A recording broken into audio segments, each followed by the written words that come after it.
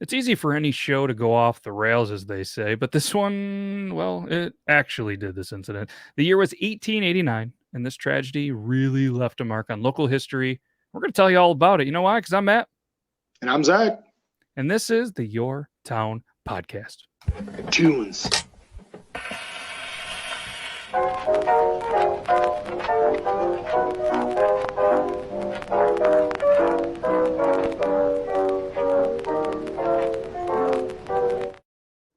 So welcome back, everybody. Not only from the quick little intro, but you made it back. This is our 10th episode. It's a milestone. It's a pretty good one. And obviously you're listening to me. I'm Matt, and that's Zach over there. Welcome back. For anybody keeping track, that's 2 in a row. Still no gas problems. Still no issues. Super excited. We're trying something a little different, so the audio is a little bit different.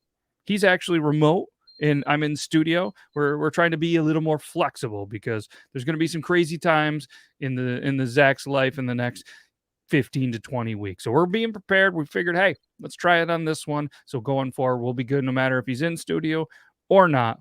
But either way, I'm excited for this one. Hell yeah. It's pretty good. I mean, yeah. This was something that I've occasionally seen driving down what is it? It's 11 or 68, and you kind of see some of those blue signs. And since we started doing this podcast, I don't know if you're anything like me, but every time I see one of those historical blue signs or a red sign, I immediately look it up. And if it's something cool, then sometimes I'll circle around, take a picture.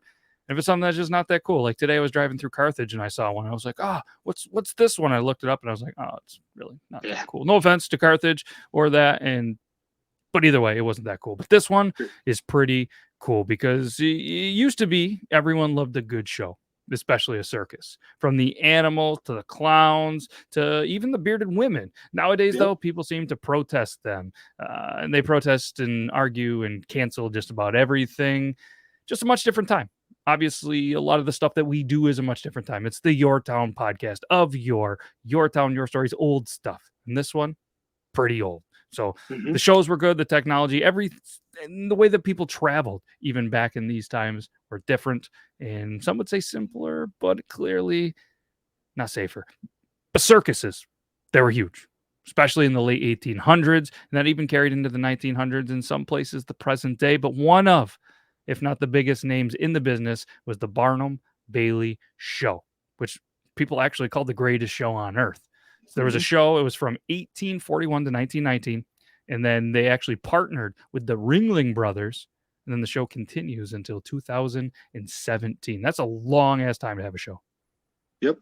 I was working, I was freelancing at the time for online publications when all throughout the freelance channels, when it was announced that the Ringling Brothers Circus was done, that was like everything that every media outlet wanted was like, we need to find circus guys. We need to talk to the circus guys. And like, it was, I tried to find some circus guys around me, but I couldn't.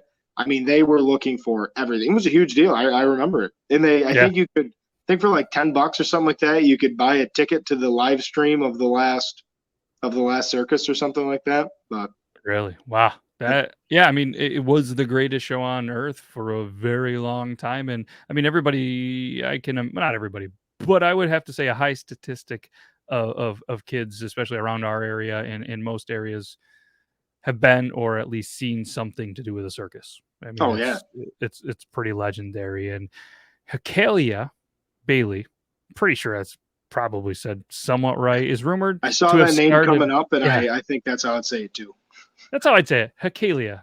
Apparently, though, we'll just go with Bailey, is rumored to have started one of the earliest circuses in the United States after he purchased an African elephant, whom he named Old Bet. And this was around 1806, just 13 years after John Bill Ricketts first brought the circus to the United States all the way from Great Britain.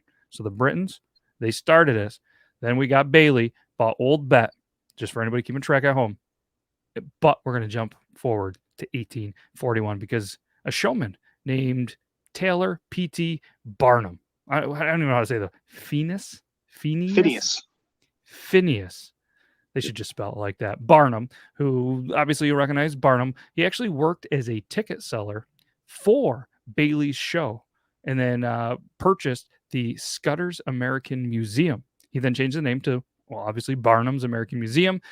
With Barnum's style of showmanship, bombastic advertising, and publicity stunts, the museum became a huge success. And the Barnum name, because of everything of this, actually became very, very well known worldwide, especially in a time that there wasn't the internet. There wasn't all of this, have everything in your hand all the time. To become worldwide back then is a feat. So besides the exhibits and everything, Barnum started to bring animals to kind of add like a zoo-like element and a freak show kind of at the same time, which is kind of cool. And then we could do a whole podcast about these 19th to 20th century freak shows. There is so much just insane shit that happened with those that you could get lost in it forever. It's insane. It could. And if there's anything local that happens with one, you might hear this in a couple episodes, because I'm definitely intrigued, and I think some people will be intrigued by that. But Barnum was like, you know what? I feel like more people really need to kind of see what I have going on. So he started to do road tours, named it the P.T. Barnum's Grand Traveling American Museum. Seriously, it was all of that. But then some bad news happens. July 1865, the museum burns down. He attempted to kind of reestablish a museum at another location in the city. And then it also burned down in 1868. Not really sure what happened to that, but, for the best, he opted to retire from the museum business because, hey, they say things come in threes. And if you have a third museum burned down, then that's, I don't know how you recover from that. A lot of stuff burned down. A lot of stuff burned down in some of the episodes we've done. It's kind of crazy.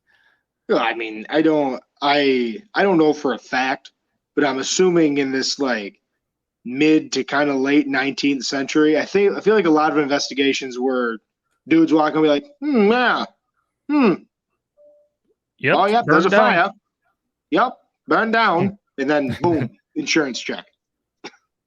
If I don't even know if there was insurance. Anyways, circus operators Dan Costello and William Cameron, Coop of Delavan, Wisconsin, wanting to cash in on, what Barnum had everything, the name and everything like that, persuaded PT to go into partnership with them. Together they created, are you ready for this?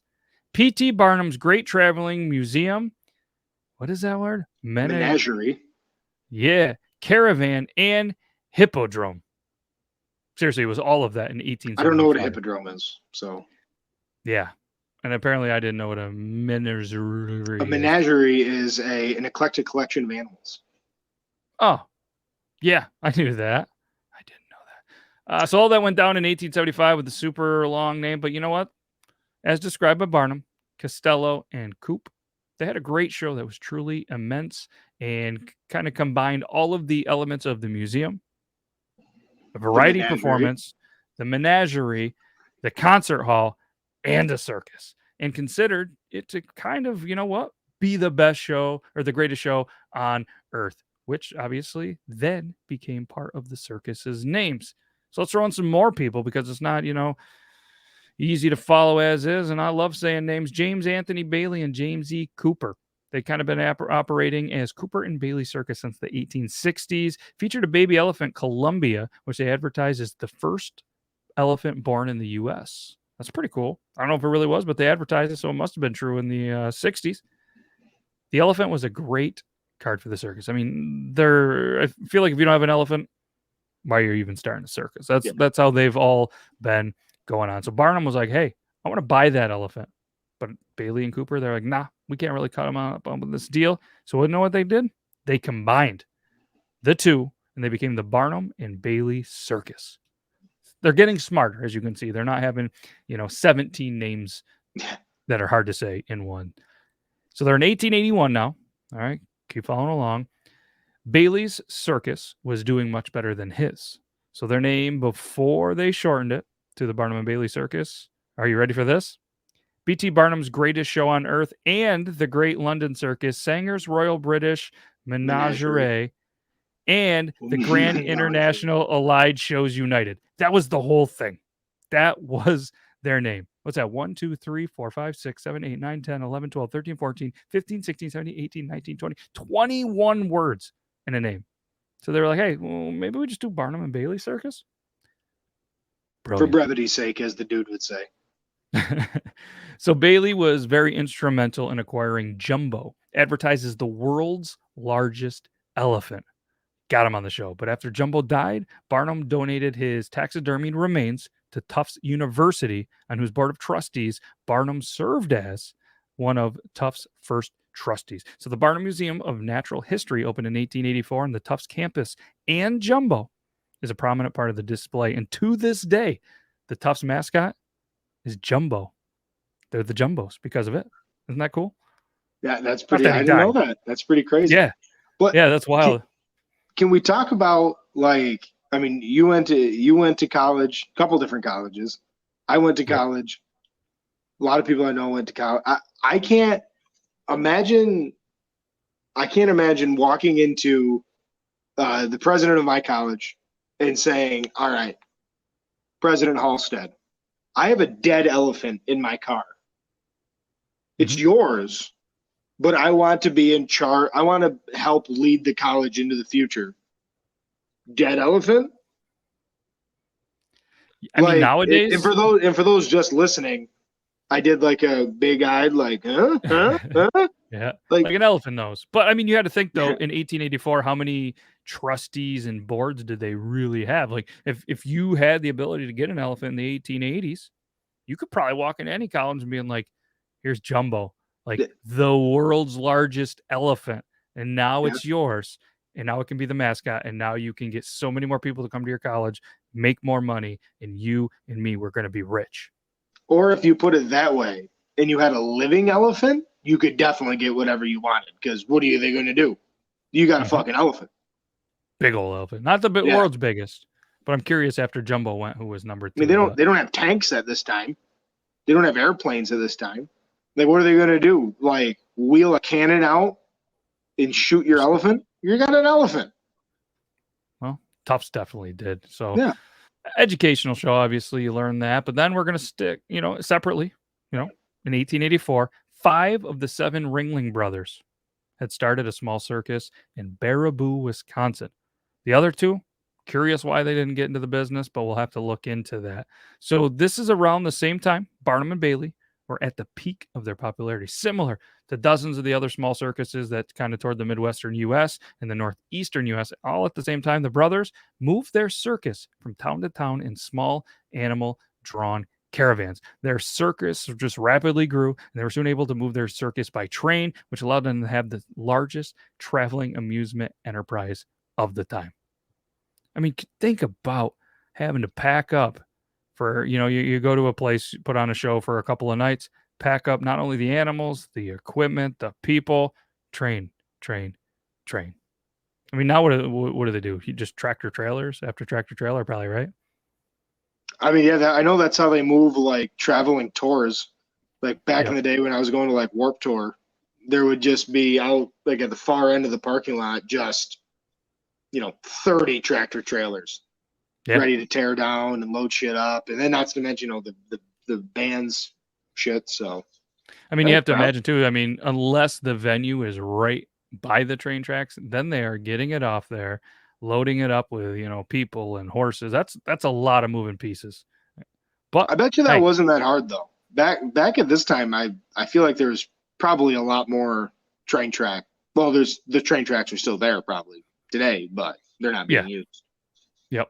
But so that was there in the 1800s. Now it's 1889. We're getting closer, and there's just some absolute great excitement in the North Country because the greatest show on earth is going to be performing, of all the places, Governor, New York. It would then head to Montreal, Canada for shows the next day, 2 shows the next day. So the train was carrying the great show. Was kind of how it worked is they would send it out in 3 different sections. The first took the tents in the gilt-covered vans used to make up the kind of usual street pageant. The second then was made of cars containing horses, elephants, camels, and a portion of the wild animals captivity area. Then you got the third section, which kind of took what was left over in the sleeping cars for the performers. So the first section was traveling. Everything's good. Went over the road safely. But then here's the incident. The second one, they were about 3 miles north of Potsdam, New York. It crashed. The cause of the accident was a broken axle, which derailed the car containing the elephants and 5 other cars, 2 of which were telescoped. Not really sure what that means. Yeah, me neither. I didn't look it up, but they were telescoped. I mean, I think telescope like I'm looking at the moon and some shit. But that's or maybe that's a periscope, because I'm thinking like a guy that's like P.T. Barnum. He's like, oh shit. Yeah, no, that's different. Okay, so telescoping in a railroad accident, telescoping occurs when the underframe of one vehicle overrides that of another, and then smashes through it. That's way more gruesome than I probably. That sounds awful. Yeah, so they telescoped, which means they just kept going. So, so the accident did occur at midnight, and the train was running at a speed of about 25 miles an hour. The scene following the crash that brought it to a standstill beggars description. In nearly every one of the cars were men whose business it was, they just decided we got to attend to the animals. They were rudely awakened from their slumbers to find themselves in the midst of a mass of splintered timber, dead, injured animals, and just kind of carnage everywhere. The horses were frantic. They're obviously scared. They're screaming. And there's reports of just hearing the horses scream in the dead of the night would just make your blood freeze in your veins. And then all of a sudden, the people there are trying to help. They're panic stricken. And then you're hearing their cries. And I just couldn't imagine just walking up on this, just debris of everything. And not to mention it's pitch dark. It's not like there's a bunch of street lights and everything else. There's no dwellings nearby. I mean, there's just pitch dark. So it was first reported that there were several men killed in the crash, but it turns out only a couple, 2 of them were injured and not seriously. So it was just in that regards for, the men escaping death, absolute miracle, but they did have to take 11 men out of the cars through the roof. I mean, wonder how they did that back then. Yeah, that's a good question. I have no idea, but the task of getting the horses out of the wrecked cars was both very difficult and dangerous. Obviously, the animals were frightened, hard to manage. The dead and injured were so numerous that it was almost impossible to get at the uninjured. So those animals are just pure chaos. They can't be get to. They're freaking out. They're hurting themselves. Ugh. But the 2 cars that were telescoped. Yeah, go ahead. I can't imagine they were exactly packed in there with the most ethic. You know what I mean? You got to imagine they really crammed those fucking animals in there.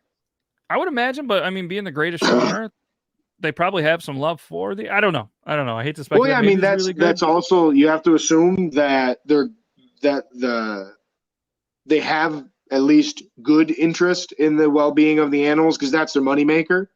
Exactly. If they rush Jumbo to death and he looks like shit and he dies, obviously you're not going to make any money off Jumbo. None.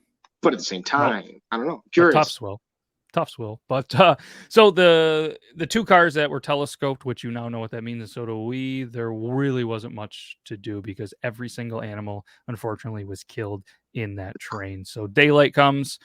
Most of the animals had been taken from the wreck. At the side of the tracks, there was camels, scared cows, steers, and the various other animals that were rescued from the derailed cars that kind of were just all herded together, kind of like a scene, that you picture when, let's grab every animal, end of the boat. The cars, though, crushed, twisted into all sorts of shapes. They're piled up on the track, and it just kind of seems like a hopeless tangle. Like when you have multiple headphones in a drawer, you just don't know what you're going to go or how you're going to get there, where to even start. And you just want to cut them, but you can't because you need these headphones. But the elephants were in the first car that was derailed. They weren't hurt. They weren't hurt at all. I mean, like we talked about, elephants, tough. They were taken from the car, though, and the behavior was probably a little bit ugly, they said. And all of the keepers, it took everything they could do to get them under control. Some of the injured horses were taken to stables on just kind of close farms, Potsdam area, still pretty farmland where we are from. So they were just taken to farms to be cared for. And then they actually sent 4, and the injured animals were actually they kept trucking. They just sent them right up to Montreal. The show must go on, So let's talk about kind of the recap of everything that happened with them. Out of everything, it was found that 33 horses, 2 camels, and 1 trick mule had suffered death, while 36 animals were more or less injured. So the trick pony suffered death in the accident. Also did the $7,000 stallion, which was driven by Mrs. Adam Forhaw Jr. Mrs. Forhaw wept bitterly and would not be consoled when she learned of the death of this horse. The pretty mule, though, which performed remarkable tricks, is among the loss as well. 7 of the 8 chariot horses are also dead. These animals were valued at many thousands of dollars, and they were going to be very hard to replace. The loss of today's business at Montreal would be no more inconsiderable sum of itself, as the 2 performances would probably have brought in $15,000 or more. It's a lot of money back in. This is mid 1800s. Yeah, 1880. What are we at? 1889. Yeah, I mean, you've got. I guess to put it in perspective, I'm reading a book right now that takes place in the 1920s, and it's about an architect who is bringing home $60 a week, and he's living in a penthouse in Manhattan. Yep. So $60 a week. I mean, so I looked it up real quick. $15,000 in 1890 to 2023, because of the inflation calculator, is about $500,000 today. Wow, that's nuts. I don't know how true that is, but that's a lot of money that they lost. And now, is that is just money? That is just lost revenue from not making those Montreal shows, right? Yep. For the 2 days. And so that's not to account the loss of their trains, the loss of their animals, downtime. Holy shit. So listen, here's the total, right? Partner Bailey, who was on the last section of the train, was on hand and then, had the unfortunate thing to say, hey, I got to count up all the losses. So the defective axle cost the concern at least $40,000 in animals killed and injured. Trains on the RW and O rail were delayed about 14 hours by the accident, and some of the delegates bound for the GAH encampment at Milwaukee had to stop in Norwood all of the time waiting for the tracks to be cleared. The accident occurred in a level piece of country where there were no embankments on the railroad. But for this, there would have been a much greater loss to the Barnum and Bailey show, perhaps serious loss of human life. So $40,000. It's a couple mil. That's $1.293 million over 100. And what's crazy though is like that. Like I'm a fight guy, and so like when you hear, what was it, 1.8? You said 1.2. I mean, that's 2. Yeah. Like a decent gate these days is like 8 to 12 million. Mm-hmm. So like I'm surprised that it was only that. I mean, these guys were the show. These were the attraction. Yeah, I mean 40. Yeah, that's a ton. But stuff was also cheaper then. I mean, the horse was $7,000 a prize horse. It's pretty that's crazy. Horse, Not to mention the hours you put into training it and all that. And that's just one. Yeah, that's a lot. That's a lot, and it's just crazy that this happened in Potsdam. But either way, P.T. Barnum died April 7th, 1891. After Barnum's death, James Bailey purchased P.T.'s shares of the circus from the widow. Bailey continued to operate the show on the East Coast until December of 1897. We took the circus to Europe for a 5-year tour. The show must go on, and it did. The names might have been different, but they continued to entertain after enduring many issues throughout the year, such as fires, train crashes, the Great Depression, and many accounts of animal care issues. Movies were made about the show in the 50s, and then there was even another one in 2011. So for anybody wondering, they have relaunched the brand, and they did in early 2022. The circus began auditioning artists for a kind of retooled circus. More than 1,000 acts were applied, and auditions were held in Paris, Las Vegas, Ethiopia, and Mongolia. On May 18th, 2022, Feld Entertainment announced that the circus would resume operation in the fall of 2023. So stay tuned this year with a 50-city tour. They're going to tour 50 cities. The circus said that the new show would debut as a multi-platform entertainment franchise. In his announcement, President and CEO Kenneth Feld, said, as passionate stewards of Ringling, we are committed to creating a lifestyle brand that connects with families and sparks real fun 365 days a year through live performances, digital content, consumer products, school curricula, youth circus, arts programs, and more. Feld said that this innovation and modernization were designed to create family entertainment that would last forever. Just like the show, the crash seems to have lasted not only forever, but kind of locally. This is something that has been talked about quite a bit. Real quick, I'm going to throw out some sources. Circus and sideshows.com. Thank you very much. Green Pasture or greenerpasture.com. And of course, Wikipedia. I think that's an every show thing. Wikipedia. Yeah, thank you so much. It's got to be. So as always, we round it out with a little bit of a quote. And Zach, I think you have the notes up if you want to read the quote. The foundation of success in life is good health. That is the substratum fortune. It is also the basis of happiness. A person cannot accumulate a fortune very well when he is sick. P.T. Barnum. It's well said. All right. That was fun. Glad to have you back. Super excited Glad to be back. It's good to be back. But either way, now that we can pretty much record a podcast anywhere in the world, we've got this figured out. Hopefully it sounds good. It's the second time we've done it this way. We have the ability to do it wherever, whenever. So super excited for this. We're going to be back next week with another episode. If you've listened to this all the way, we can't thank you enough. If you skipped ahead, still can't appreciate Eric. Thank you enough. But we'd really like it if you went to the very first episode, worked your way all the way up. And we're going to know that you did because we have analytics and stuff. We know numbers. All kidding aside, we can't thank you enough. That's all we got. I don't really know numbers. No, but you can say names. That's my kryptonite. I'm going to work better for the next episode. Out. I'm going to start finding research only on easy names to say. So, all right. With that being said, we're out of here. We'll be back next week. Thank you, Zach, and thanks everybody for listening. Gotta go. Bye.